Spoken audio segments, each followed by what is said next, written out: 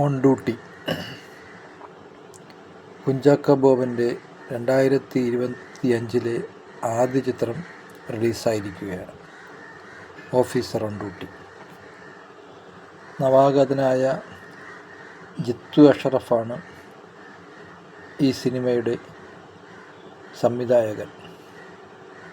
Martin Prakat, Sibi Chavara, Ranjith Nair എന്നിവരാണ് ഈ ചിത്രത്തിൻ്റെ നിർമ്മാതാക്കൾ.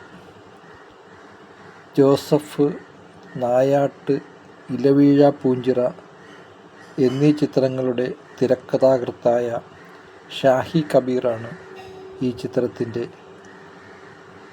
രചന നിർവഹിച്ചിരിക്കുന്നത്. പശ്ചാത്തല സംഗീതവും ജേക്സ് ബിജോയാണ് നിർവഹിച്ചിരിക്കുന്നത്.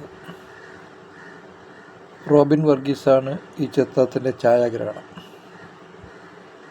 ചമൻ ചാക്കോ എഡിറ്റിംഗ് നിർവഹിച്ചിരിക്കുന്നു. ഈ ചിത്രത്തിൻ്റെ രചന വളരെ മികച്ച ഒരു തിരക്കഥയാണ് ഈ ചിത്രത്തിന് ഷാഹി കബീർ നൽകിയിരിക്കുന്നത്.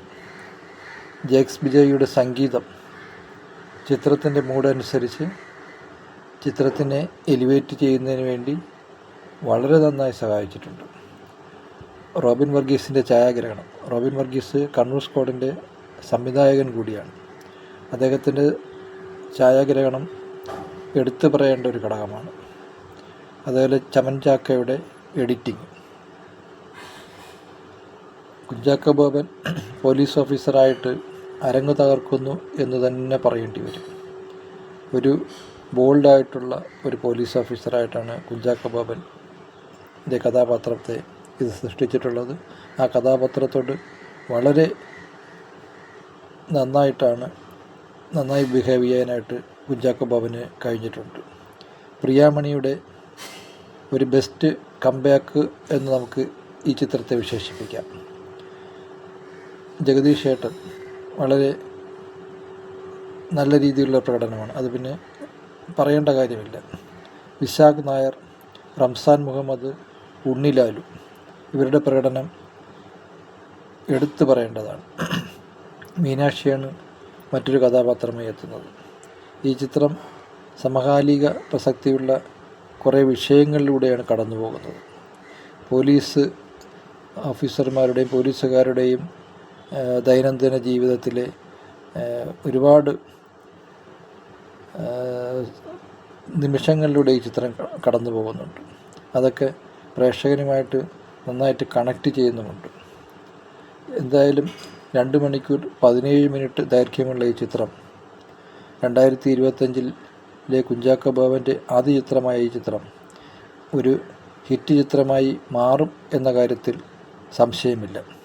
ക്രൈം, ഡ്രാമ, ത്രില്ലർ വിഭാഗത്തിൽപ്പെടുന്ന ഈ ചിത്രം പ്രേക്ഷകനോട് നീതി പുലർത്തി തന്നെയാണ് ഇതിൻ്റെ സംവിധായകൻ ജിത്തു അഷറഫ് അണിയിച്ചിട്ടുള്ളത്. ഒരു നവാഗത സംവിധായകനെന്ന് നമുക്ക് ഒരിക്കലും തോന്നാത്ത രീതിയിലുള്ള മികച്ച മേക്കിംഗാണ് ഈ ചിത്രത്തിൻ്റേത്. എന്തുകൊണ്ടും കുഞ്ചാക്കോ ബോബന് ഒരു ചോക്ലേറ്റ് നായകൻ എന്നുള്ള ഒരു ഇമേജ് മാറ്റത്തിന് അദ്ദേഹം ശ്രമിച്ച് ഒരുപാട് ചിത്രങ്ങൾ ചെയ്തു കഴിഞ്ഞു.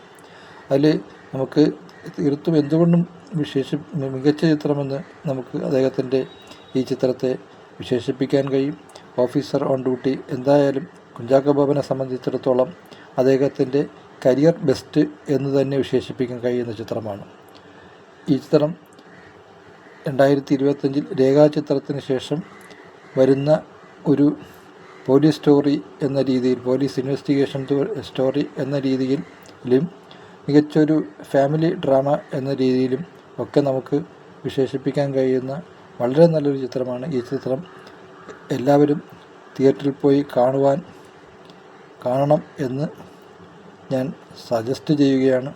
തീർച്ചയായിട്ടും നിങ്ങൾക്കൊരിക്കലും തിയേറ്ററിൽ പോയി കണ്ട് ഈ ചിത്രം നിരാശപ്പെടേണ്ടി വരില്ല എന്ന് ഒരു ഗ്യാരണ്ടി തന്നെ ഞാൻ നൽകുകയാണ്. തീർച്ചയായിട്ടും ഓഫീസർ ഓൺ ഡ്യൂട്ടി വിജയിക്കേണ്ട ചിത്രത്തിൽ പെടുന്ന ഒരു ചിത്രം തന്നെയാണ്. തീർച്ചയായിട്ടും ഈ ചിത്രം എല്ലാവരും കാണണമെന്ന് ഒരിക്കൽ കൂടി റിക്വസ്റ്റ് ചെയ്തുകൊണ്ട് ഈ ചിത്രത്തിൻ്റെ റിവ്യൂ ഇവിടെ അവസാനിപ്പിക്കുന്നു. നന്ദി, നമസ്കാരം.